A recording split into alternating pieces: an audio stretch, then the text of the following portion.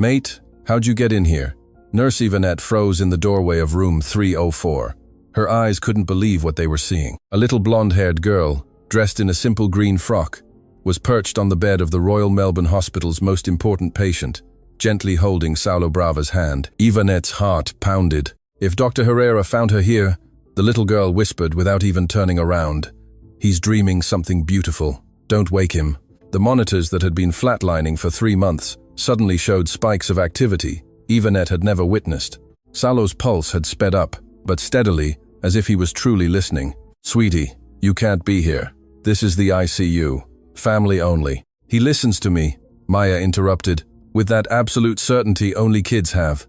"When I talk to him, his fingers twitch a bit. Look." Yvonette approached slowly, her white shoes barely whispering on the floor. Sure enough, when the little girl gently squeezed the unconscious businessman's hand, his fingers responded with a slight tremor. "Impossible. What's your name, love?" "Maya. My mum cleans this floor at night. She says this man is very lonely, that no one comes to visit him, just the doctors." The knot in Yvonette's throat tightened. It was true. In 3 months, the powerful Brava family had visited Saulo exactly 4 times. His sister, Vittoria, popped in every fortnight, out of obligation. His ex-fiancée Luia had come just once. And his partners, well, the partners just wanted to know when he'd be signing documents again. "And what do you tell him?" Maya smiled with that soul-crushing innocence. "I tell him about school, about my cat Princess, about how Mum works really hard so I can study, and I sing him the song Mum sings to me when I have nightmares." She started humming a soft, almost imperceptible melody, but the monitors weren't lying. Saulo's brain activity spiked. Yvonette felt shivers run down her spine. 30 years of nursing, she'd seen a lot, but this— "Go to sleep, little one. Don't you fret," Maya sang in her crystal-clear voice. "Dad's on the farm, Mum's at work." Saulo's eyelids trembled. Yvonette held her breath. "Go to sleep, little one. Don't you fret," the girl continued. This time, there was no doubt. Saulo's eyes moved beneath his closed lids, as if he was fighting to wake up. "Maya, you need to get down from there right now," Yvonette whispered, but her voice held more awe than authority. "Just 1 more minute. I'm telling him tomorrow's my birthday, and Mum's gonna make me a chocolate cake, even though she's working double shifts to buy it." Tears threatened to well in Yvonette's eyes. This little girl, unknowingly, was giving a man who had everything, the one thing he truly needed, genuine company. Hasty footsteps echoed in the corridor. "Yvonette, where are you?" "Dr. Herrera wants the report on patient Brava," yelled the charge nurse from the nursing station. Panic flooded Yvonette. If they found Maya there, not only would she lose her job, but Juliana, her mum, would be sacked immediately too. "Sweetie, you have to go. Now. Your mum could get into really big trouble." Maya softly kissed Saulo's hand and whispered in his ear, "I'll be back tomorrow, okay? Don't be scared. I'm here." At that moment, something impossible happened. Saulo's lips curved into what looked like a smile. Yvonette blinked several times. Sure, her eyes were playing tricks on her. But when she looked again, the businessman's expression was more serene than it had been in months. "Yvonette!" Dr. Herrera's voice was getting closer and closer. Maya jumped off the bed with the agility of a cat and ran towards the door, but paused for a moment. "Yvonette, is it true he's gonna wake up soon? I promised him." Before Yvonette could answer, the little girl disappeared down the corridor like a golden flash, leaving behind the scent of Johnson's baby soap and a question that would change everything. What power did this tiny human possess that the country's best doctors didn't? The monitors continued showing activity. For the first time in 3 months, Saulo Brava seemed alive. 2 weeks later, Yvonette had become a silent accomplice. Each night, when Juliana Ferreira finished cleaning the hospital's east wing, Maya would sneak off for a few minutes towards room 304. Yvonette had tried to stop her the first few times, but the results were undeniable. Saulo's vital signs improved dramatically during these visits. "There's no way I can explain this to the doctors," Yvonette murmured to herself, reviewing the charts. "They'd say I was mad." That night, Maya arrived with something special clutched in her tiny hands. "I brought a drawing," she announced in a low voice, carefully climbing onto the chair beside the bed. "It's of us two, for when you wake up." Yvonette leaned closer to see. The drawing, made with worn crayons, showed a tall, dark-haired man holding hands with a small girl, both smiling under a yellow sun. "Why do you think he'll wake up, sweetie?" "Because yesterday he squeezed my hand 3 times. Like this." She demonstrated the gesture softly. "And when I told him about the little kitten we found in the courtyard, His lips moved like he wanted to smile. Maya spread her drawing on the bedside table and began her nightly ritual, taking Saulo's hand and telling him about her day. Today at school, a teacher asked what we want to be when we grow up. I said a doctor, to help people like you, but Miguel laughed and said poor girls can't be doctors. Monitors showed a spike in activity. You know what I said? That Mum says dreams don't have a price, they just need hard work. Mum was studying to be a nurse, but she had to drop out of uni when I was born. She said it doesn't matter, she'll help me be a doctor. Yvonette felt a lump in her throat. She hadn't known Juliana had studied nursing. That explained her knowledge of hospital protocols and her professional way of moving through the corridors. Mum works really hard. Sometimes I hear her crying in the bathroom when she thinks I'm asleep, but she always smiles when she sees me. She says we're a team, her and me, against the world.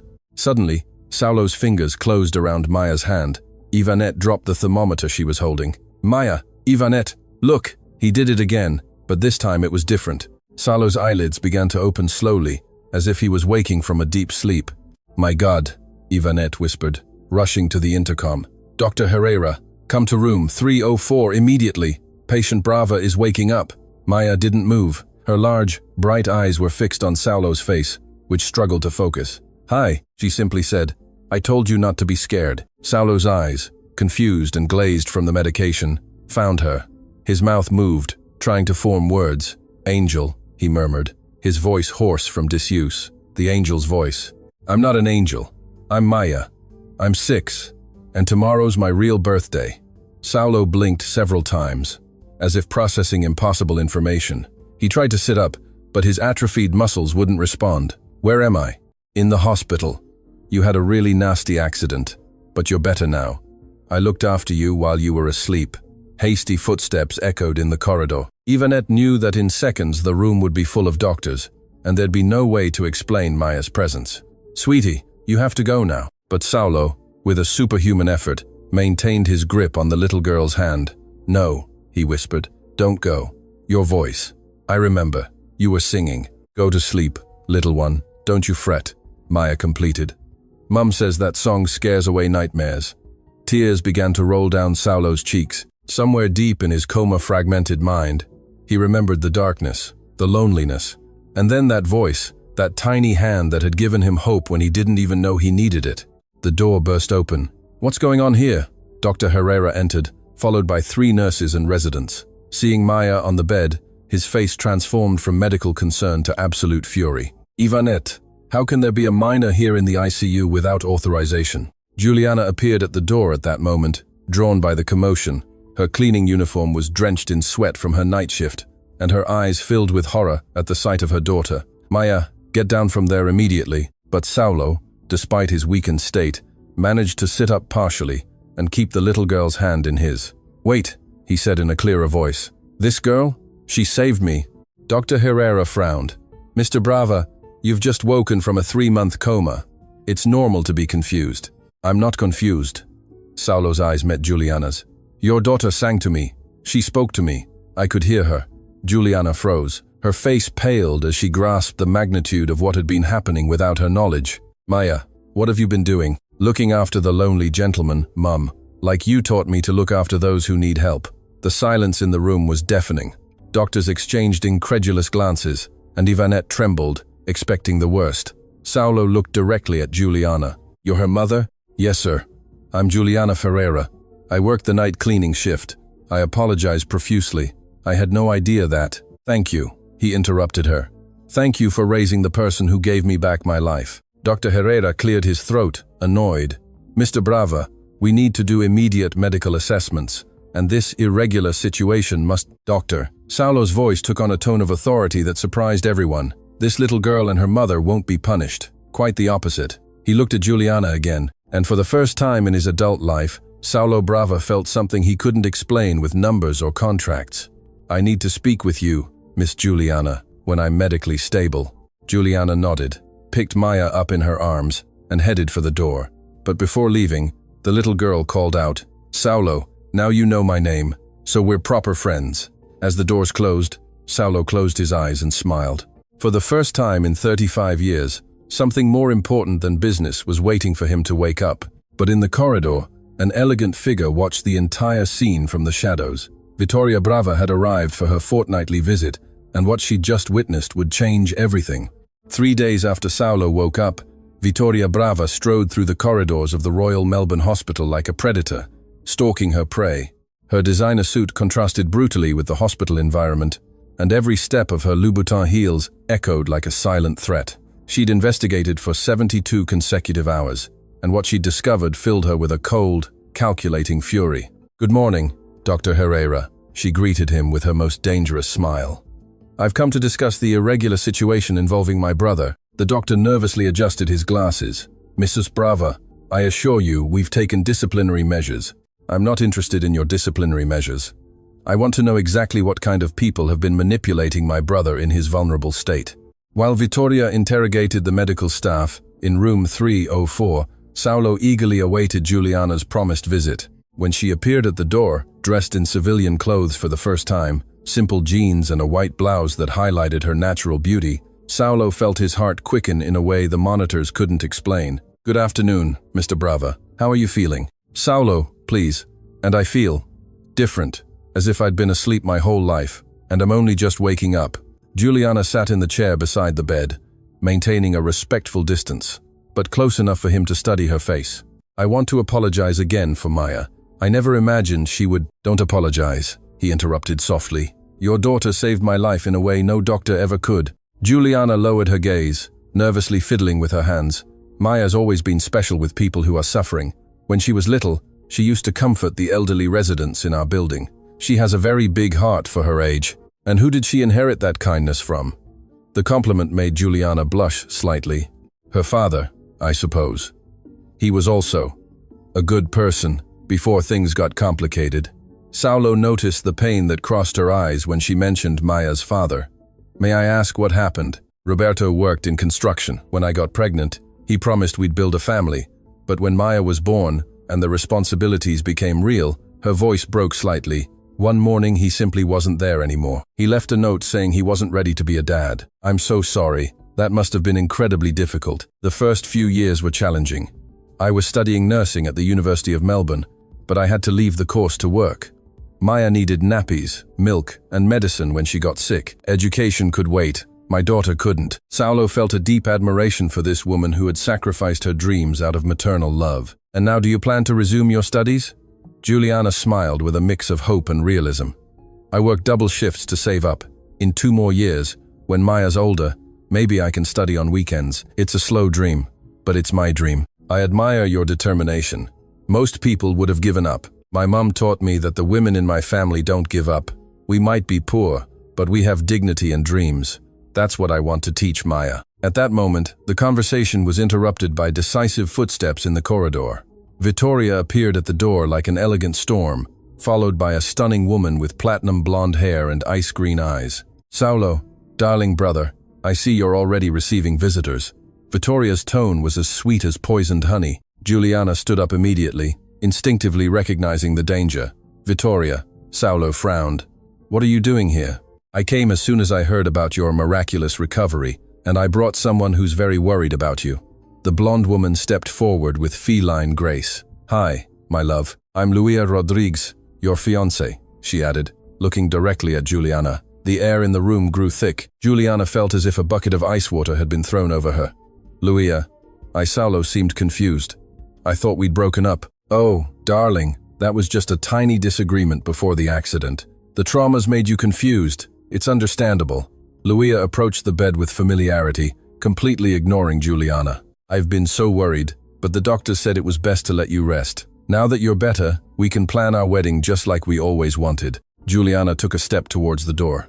"I think I should go." "It was a pleasure to meet you, Mr. Brava. I'm glad you're recovering." "Giuliana, wait." But Vittoria subtly blocked Saulo's path. "Brother, you need to rest. Strong emotions aren't good for your recovery." Luia took Saulo's hand possessively. "Vittoria's right. Saulo needs to be surrounded by the people who truly know and love him." Giuliana left the room with her dignity intact, but her heart broken. In the corridor, she met Maya, who had come after school. "Mum, why are you sad? Can't we visit Saulo anymore?" Giuliana hugged her daughter, fighting back tears. "My love, sometimes people live in very different worlds, and those worlds can't always come together. Inside the room, the tension was palpable. "Luia, we need to talk," Saulo said firmly. "Of course, darling. We have a lot to talk about, starting with that woman and her daughter, who are obviously taking advantage of your vulnerable state." Vittoria smiled triumphantly. "Luia's right, Saulo. I investigated this Juliana Ferreira.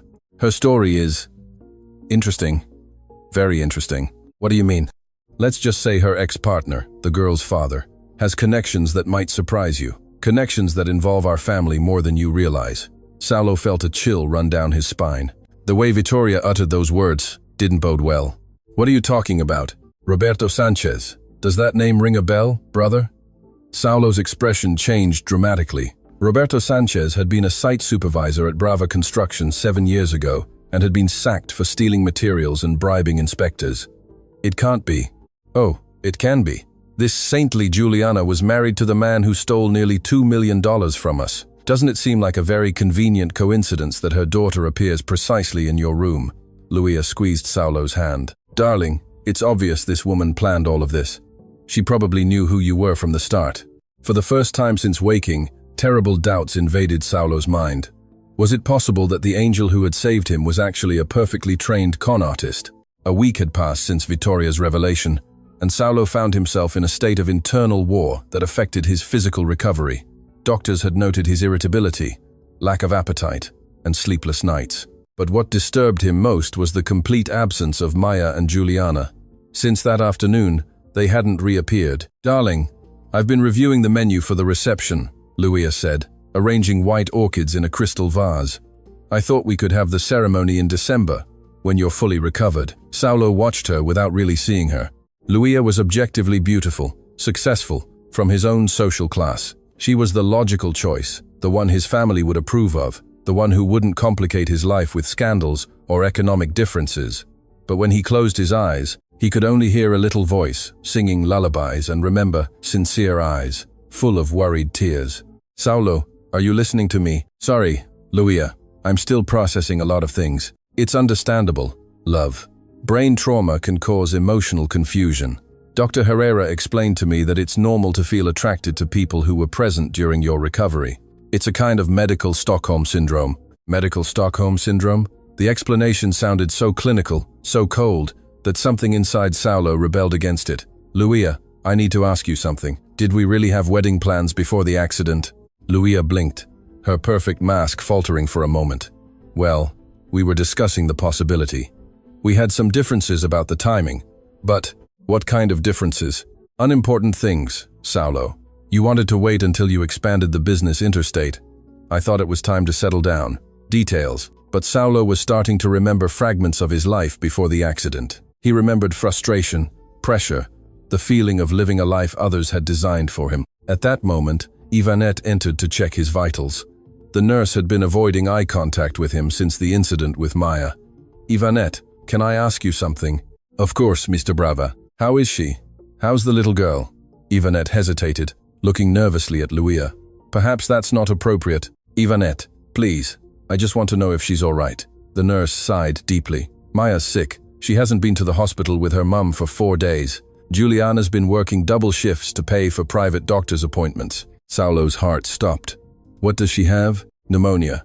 The doctors say it's probably due to a change in weather, but," Ivanette lowered her voice, "I think it's from sadness. That little girl has been asking for you constantly." Luia intervened sharply. "Ivanette, I don't think it's appropriate to involve the patient in the personal problems of the service staff." The look Ivanette gave Luia could have melted steel. "With all due respect, madam, but that service staff girl was the one who helped your fiancé wake from his coma. Those are fantasies? The doctors already explained it was a coincidence. I was here every night. I saw the monitors. I saw the changes when she talked to him." Saulo sat up in bed, ignoring the pain in his muscles. "Ivanette, where does Juliana live?" "Mr. Brava, I can't give out personal employee information." "Ivanette, a 6-year-old girl is sick. You can't get more involved with that family, Saulo," Luia interrupted him categorically. "They've already caused enough trouble." "What trouble? What trouble?" Luia glanced at the door, making sure no one else was listening. "Vittoria told me about that woman's ex-husband. Doesn't it seem suspicious that the daughter of the person who stole from your company appears precisely in your room?" Juliana didn't know who I was when, "Are you sure? Or is that what she wants you to believe?"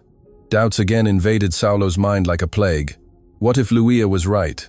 What if Vittoria was right? What if all of Maya's sweetness, all of Juliana's dignity, had been a perfectly orchestrated act? But then he remembered something. The first night he woke up, he'd seen genuine tears in that little girl's eyes. Tears you couldn't fake. "Luia, I need time to think." "There's nothing to think about, Saulo. Your family and I are here to protect you. That's the reality." That night, after Luia left, Saulo couldn't sleep. Every time he closed his eyes, he saw a little girl tossing and turning somewhere in the city, wondering if her friend didn't want to see her anymore. At 3 a.m., he made a decision. He called Ivanette's mobile. "Ivanette, I know it's really late, but I need a favor, a really big favor. Mr. Brava, are you all right? I need you to give me Juliana Ferreira's address, and I need you to call a taxi." "Sir, you can't leave the hospital. Your recovery, Ivanette. A 6-year-old girl is sick because I allowed my family to scare her away. I can't live with that on my conscience." There was a long silence on the other end of the line. "I'll give you the address, but Mr. Brava, please be careful. If your family finds out, my family will have to understand that some decisions I make myself." 30 minutes later, Saulo was in a taxi heading to one of the city's humbler suburbs, with a bag of medication he'd gotten from medical samples and a determination he hadn't felt in years. But what he didn't know was that Vittoria had placed discreet surveillance on the hospital, and his midnight visit would be reported immediately. When he arrived at the small block of flats where Juliana lived and painstakingly climbed the stairs to the 3rd floor, he had no idea his life was about to change forever. He gently knocked on the door of apartment 3B. Juliana opened it, her eyes swollen from crying and in a worn dressing gown, expecting to see the emergency doctor she'd called. Instead, she found the man who had been occupying her thoughts day and night. "Saulo, what are you doing here?" "I came to see my angel," he simply said, "to ask for both your forgiveness." Juliana stood frozen in the doorway, unable to believe her eyes. Saulo was there, weak but determined, holding a bag of medication and with an expression that blended determination and vulnerability. "You shouldn't be here," she whispered, looking nervously down the corridor. "Your family, Luia, if they find out..." "I don't care about my family right now. Maya's sick, and I came to help." From inside the small flat came a dry, persistent cough that broke Saulo's heart. "Please, let me see her." Juliana hesitated for a moment, but the desperation in his eyes overcame her caution. She invited him in. The flat was tiny, but impeccably clean. 2 small bedrooms, a living room that also served as a dining area, and a basic kitchen.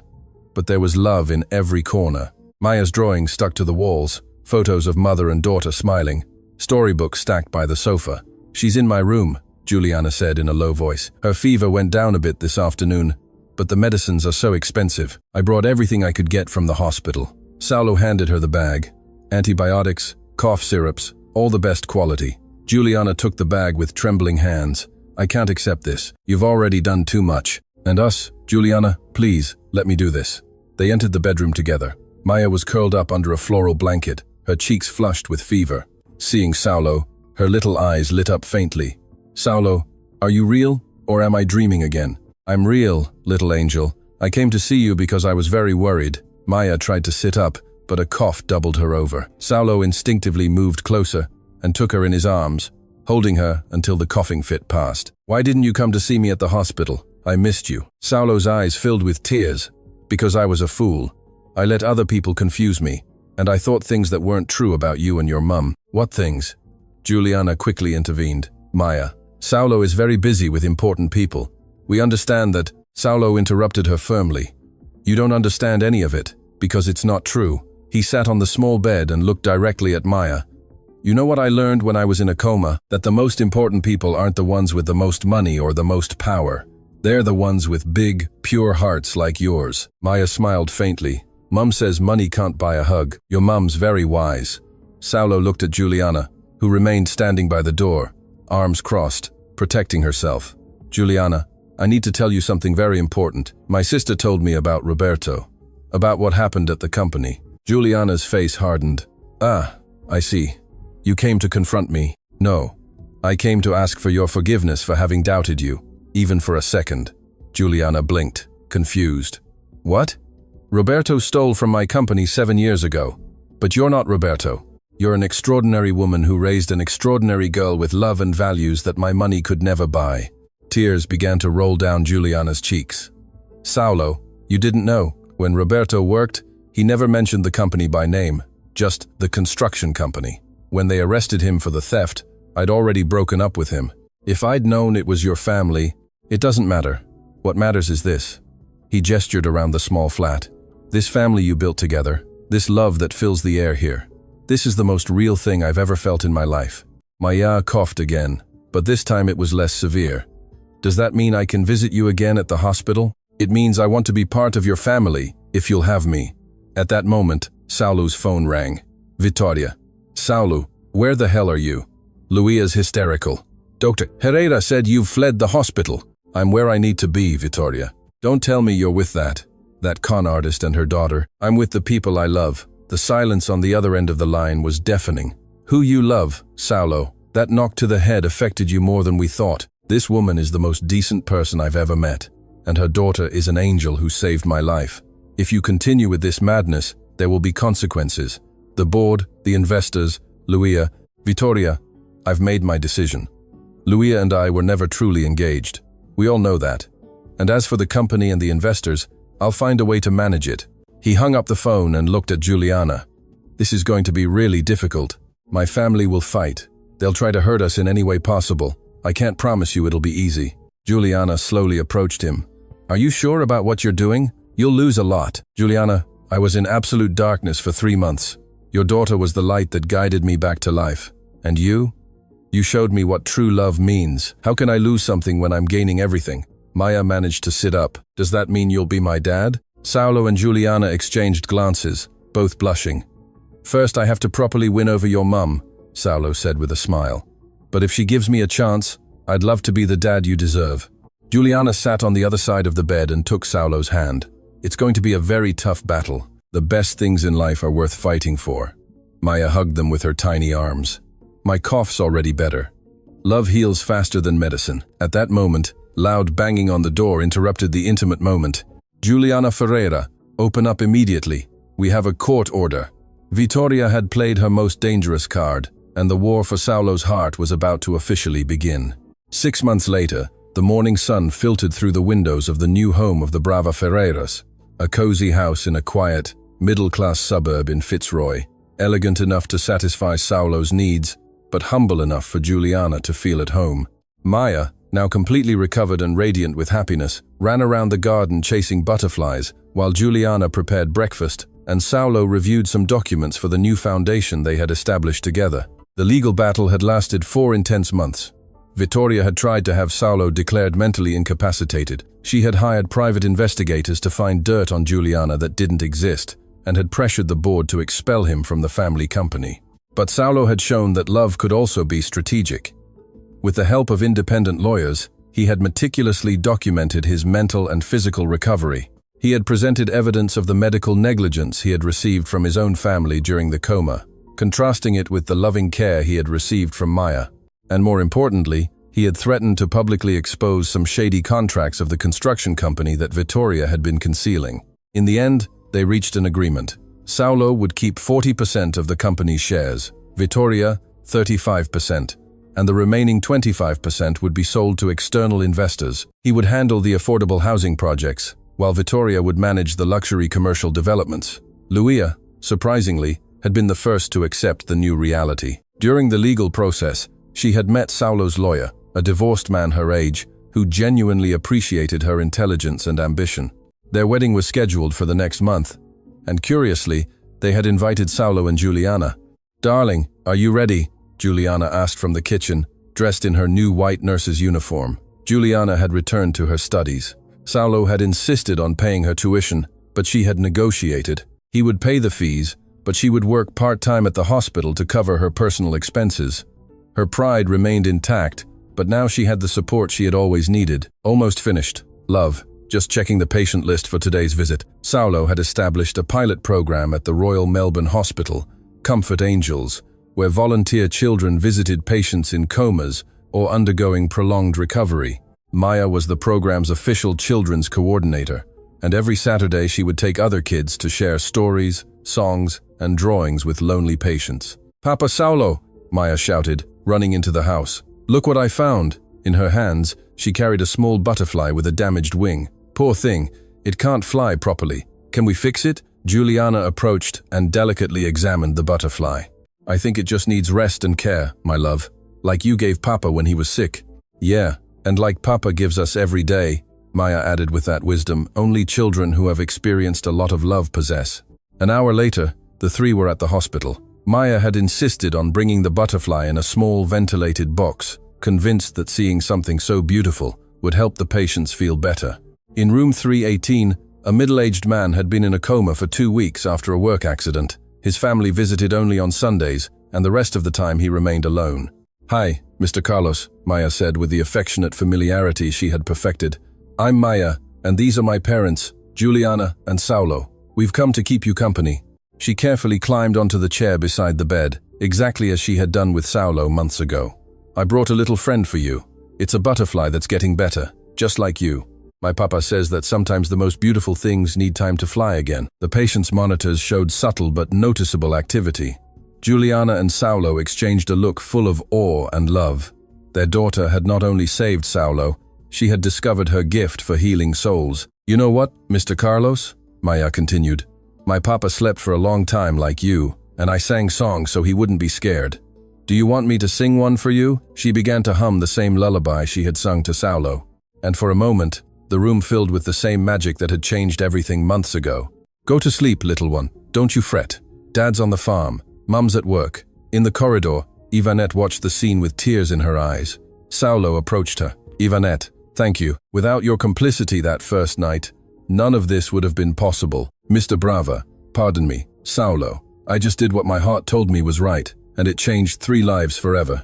2 hours later, as they walked to the car, Maya announced, the butterfly can fly a little bit now. I think Mr. Carlos will wake up soon too. How do you know, my love? Juliana asked. Because when I told him I have a complete family now, he smiled just a little bit, but he smiled. People wake up faster when they know there's love waiting for them. Saulo stopped in the middle of the hospital car park and hugged his 2 women. You know what I learned? That I was asleep for 35 years, not just for 3 months. I was living, but I wasn't truly awake until you taught me what it meant to love and be loved unconditionally. Juliana kissed him softly, and we learned that miracles exist, and sometimes they arrive when we least expect them. Maya hugged them. I learned that families aren't just made of blood, they're made with love, and that angels are sometimes just normal girls who just want to help.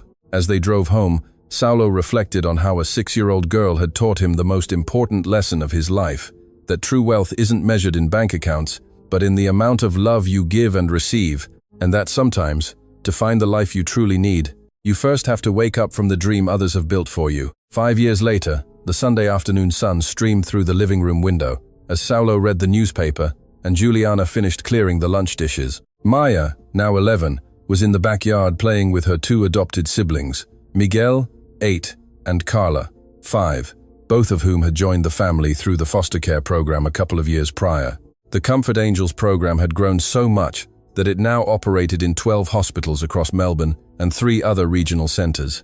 Maya remained the youngest children's coordinator in the country, and her story had inspired documentaries, news reports, and even a book. Juliana had graduated nursing with honors and now directed the hospital humanization department at the Royal Melbourne Hospital.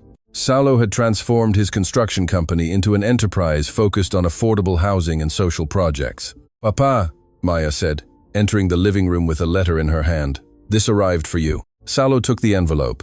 It was from Epworth Private Hospital. Dear Mr. Brava, he read aloud for Juliana to hear. We are pleased to inform you that Mr. Brava, Carlos Mendes, a patient who was in a coma for 6 weeks at our hospital, woke up completely last week. During his recovery process, he repeatedly mentioned an angel girl who sang to him. When we showed him a photo from the Comfort Angels program, he immediately identified your daughter, Maya. Juliana stopped drying the dishes. Carlos woke up. Not only woke up, Saulo continued reading, but he wishes to personally meet the Brava Ferreira family to thank you. He says Maya's voice was what brought him back. Maya smiled. I knew he'd wake up. I always wake them up. Not always, my love, Juliana said, hugging her daughter. No, but most of the time. And when I don't wake them up, at least they know someone cares about them. Saulo folded the letter and looked at his family. Miguel was teaching Carla to ride a bike in the backyard, while Juliana finished organizing the kitchen, humming softly. Maya was on the sofa, drawing another one of her famous pictures of happy families. "You know what I think," Saulo said, "that we're the luckiest family in the world." "Why?" Carla asked, running into the house. "Because we found each other when we needed it most. And because we have so much love to give," Miguel added. "And because love always finds a way," Maya completed without looking up from her drawing. Juliana sat beside Saulo on the sofa. "What are you drawing now, sweetie?" "Our new house." "But we already have a house," Carla said, confused. "This one's different. It's bigger. It has a special place to welcome the kids from the program. And it has a really big garden where all the hurt butterflies can get better." Saulo looked at the drawing. It was a huge house, with many colorful windows, a garden full of flowers, and dozens of stick figures of all ages playing together. "It's beautiful, Maya, but isn't our current house big enough?" "No, Papa. I didn't mean for us to build a new house. No." Maya finally looked up from her drawing and smiled. "I meant our family is still going to grow bigger." Juliana and Saulo exchanged glances. "How many siblings do you think we'll have?" Juliana asked, laughing. "All the ones who need us." That night, after the children were asleep, Juliana and Saulo sat in the backyard, looking at the stars. "Do you believe what our daughter said today?" Juliana asked. "About us growing bigger? About our family still growing?" Saulo took Juliana's hand. "Maya has a special gift for seeing what people's hearts need. If she thinks we're still going to grow, she's probably right. And would you be ready for more children, Juliana?" 6 years ago, I was a dead man walking in a hospital bed. Now I have a wife I love, 3 wonderful children, and a life full of purpose. If more children come who need love, our heart has space. And what if it's not a child? Saulo looked at Juliana, confused. "What do you mean?" Juliana smiled and placed his hand on her belly. "What if it's our own baby?" Saulo's eyes filled with tears. "Juliana, are you?" "I'm 6 weeks. I found out this morning, but I wanted to be sure before I told you." Saulo hugged her and kissed her as if it were the first time. "Maya knew?" "I think so. She always knows things before we do." From her bedroom window, Maya watched them hugging in the backyard and smiled. There was one more little figure to add to her drawing. She went back to bed and whispered a prayer of thanks, as she had every night for 6 years. "Thank you for letting me look after Papa.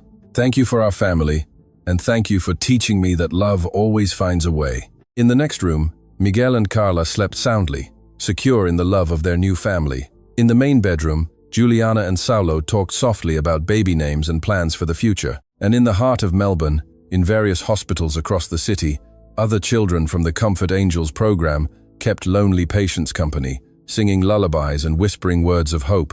Because Maya had taught everyone that we don't need to be angels to bring light to the darkness. Sometimes it's enough to be human, to have a big heart, and to believe that love can wake anyone who is sleeping. The story of Saulo, Juliana, and Maya had proven to the world that sometimes families aren't born, they're chosen, that true love can overcome any obstacle, and that when a child believes in you, you can move mountains. And so, the week that had begun with a little girl appearing in a hospital room, saying, "Don't be scared, I'm here," had turned into a lifetime of love, purpose, and miracles.